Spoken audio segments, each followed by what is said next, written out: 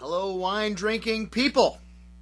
It's Wednesday, April 14th, the day before tax day. Everybody run out there and get your taxes done. But first, what did I have to drink yesterday? Well, we kind of had a quiet day in the store yesterday. Just one supplier, Steve Sink, sales manager for Steele, stopped by with some screaming deals on Epicurean Australian. And this is a portfolio we've done quite a bit of business with through the years, and we've done several tastings with these wines. A lot of our customers are going to know several of the names on this list. Steve stopped by with just 4 wines yesterday. Delicio, Shiraz Grenache, the Vale from the McLaren Vale, the Catalyst. This wine was excellent. A little espresso and bittersweet chocolate in there. All these wines, by the way, are 35% off the regular price. The Australian wine business has been in the toilet for the last year or so, especially on the high end. There's a lot of great Australian wines. Some of the greatest wines in the world, in my opinion, are made in Australia that are now available at incredible prices. Don't be mistaken by the Garanimal, the Critter wines from Australia that are $10 a bottle. These wines are nice to drink, but they're not really going anywhere. We did several tastings last year with some of the great Australian wines that are 10 years or older. A lot of these wines have stood the test of time. They are still drinking beautiful and holding up very nicely.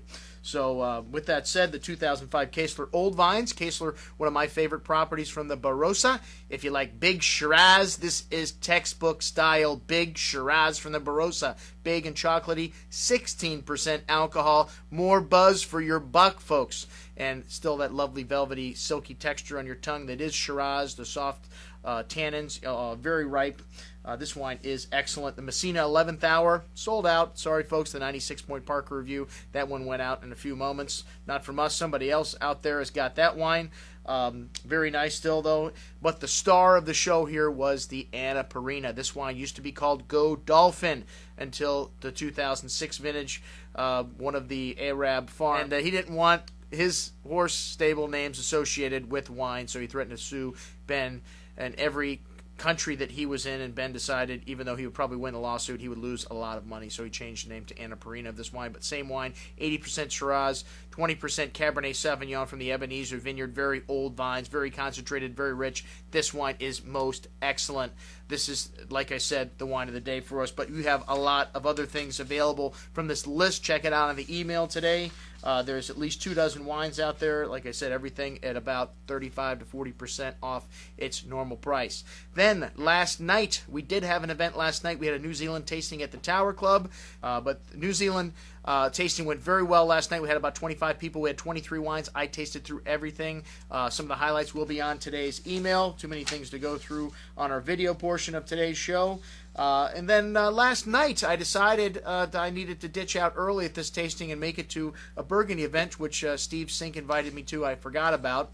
And then after he emailed me the list of older vintage Bergs that will be served out of Magnum, and knowing it was 32 East with Nick Morforgen, the chef that's been there for over 10 years, and Butch Johnson, the owner there. Hi, Butch. I know you're watching the show every day. Thanks very much.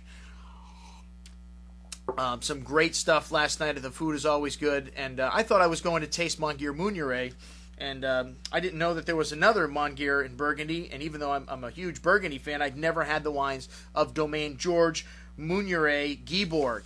And I didn't realize that there were 2 Mongear Mounierets. The second one, Domaine Georges Mounieret Guibourg, which I'd never heard of before. I'd never tasted the wines. But our host tonight, the lovely Marie Andre Nadalou, used to be named Mounieret, she got married, and her mother and I believe her aunt run the estate, 3 women, and you can definitely tell a woman's touch in the wines. The wine's very soft and feminine, but I was pleasantly surprised, as were, I would guess, the 10 guests who were at the dinner last night. The wines were outstanding, as was the food.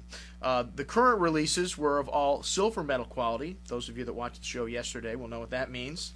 The Georges Mounieret Guibourg von Romanet 2006 was the first wine, and this wine was very soft, very drinkable. One of the hallmarks of the 2006 vintage Burgundies, I think, is their drinkability at a young age. Will they last? I think they'll last at least 10 years. The wine had very good structure and nice freshness to it as well. And then we moved on to the Nuit Saint-Georges Le Chaigneau 2006. And this wine was very good. Nuit Saint George, a little bigger, a little more tannic, but excellent also, with bright acidity and lovely spice on the finish. The Echezot was up next. This wine from the 2006 vintage as well was very well built, and for a Grand Cru, this wine was showing very nicely, even though it had structure and firm tannins, lovely black spice. This wine was still a candidate to drink today. Then, of all the young wines, the 2007 Clos Vougeot. This wine was like raspberry coulis. It was so exotic. The perfume on the nose, I just wanted to keep smelling over and over again all night long, and I did. I kept that glass on the table until the moment I left, and it just kept getting better and better. The sign of a great wine. This wine was killer, the wine of the night, and the best 2007 red that I've had from Burgundy thus far.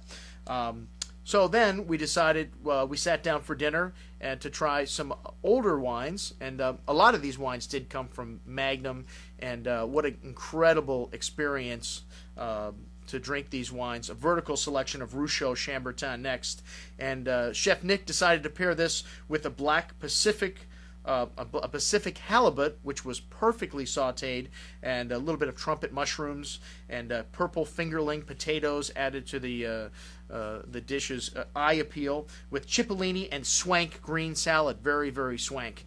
And this dish had a little bit of an anise licorice flavor to it, which really helped tie it into the wine. And I love those lovely mushroom tones. Also, the 2000 Rousseau Chambertin was drinking beautiful, as are a lot of 2000 vintage Burgundies right now. This wine had some lovely truffle notes to it, some barnyard, very smooth, soft tannins, but yet very nice freshness. Next up, they served a couple more Rousseaus, one from the 99 vintage and one from the 96 vintage. And these were served with veal braised risotto with Parmesan Reggiano, a little tarragon, and English peas. The risotto was cooked perfectly, Nick. Outstanding job. And the 99 still needs a little bit of time, in my opinion. Still a little tannic, not showing quite as much fruit as we like in this wine, as we know is going to come out at a later date. The 96 drinking a little better, a little bit more of that red cherry fruit coming out. Very nice, very silky on the tannin. One of the things I love about Burgundy is that silky, velvety texture that you get on the mouth. Most excellent, both of these wines. Unfortunately, none of the wines that we had this evening are available for sale. One of my favorite pairings with Burgundy was up next, duck.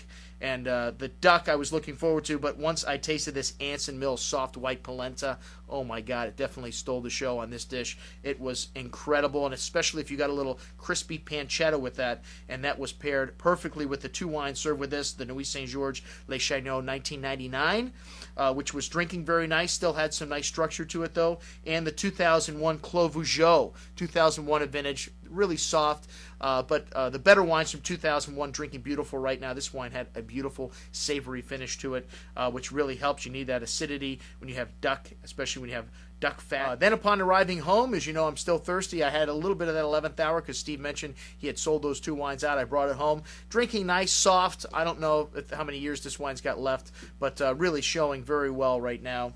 And then I spotted the 2007 Bruno Colin Chasson Montrachet Boudreau in the fridge. I wanted to have this wine on the second day. I poured it, too cold. So I was tired. I went to bed. First thing this morning when I woke up, that glass was still sitting on the counter. Wow, the bouquet on this wine after sitting open all night was out of this world. I decided just to leave it on the counter to see what it would be like after being open for almost 24 hours. I can't wait to try that wine. Don't throw that away, Tony, on the counter later when I get home. What are we drinking tonight? Well, we got the night off tonight, but we do have two events this week still coming up. The Spanish tasting on Thursday night. We got a few seats left for that. And then the Borgogno Barolo vertical tasting on the Friday. We still have a few seats for this. Check that out on the website. What am I trying to sell you today? Today, we've got promoting our Jed Steele dinner at Cafe Maxx. Jed is one of the only people we do a dinner with annually at Cafe Maxx. This is celebrating Cafe Maxx's 26th anniversary. 26 years in business. Jed Steele has been doing dinners with us since 1993. Jed is bringing some special stash from the winery for this dinner to commemorate the special event. And Jed also brings some food with him. Those oysters from the Pacific Northwest are yummy. All right, that's all I got for you today, folks. Signing off, I'm your host, Andrew Lampasone from the Wine Watch, saying, remember, always drink the good stuff first.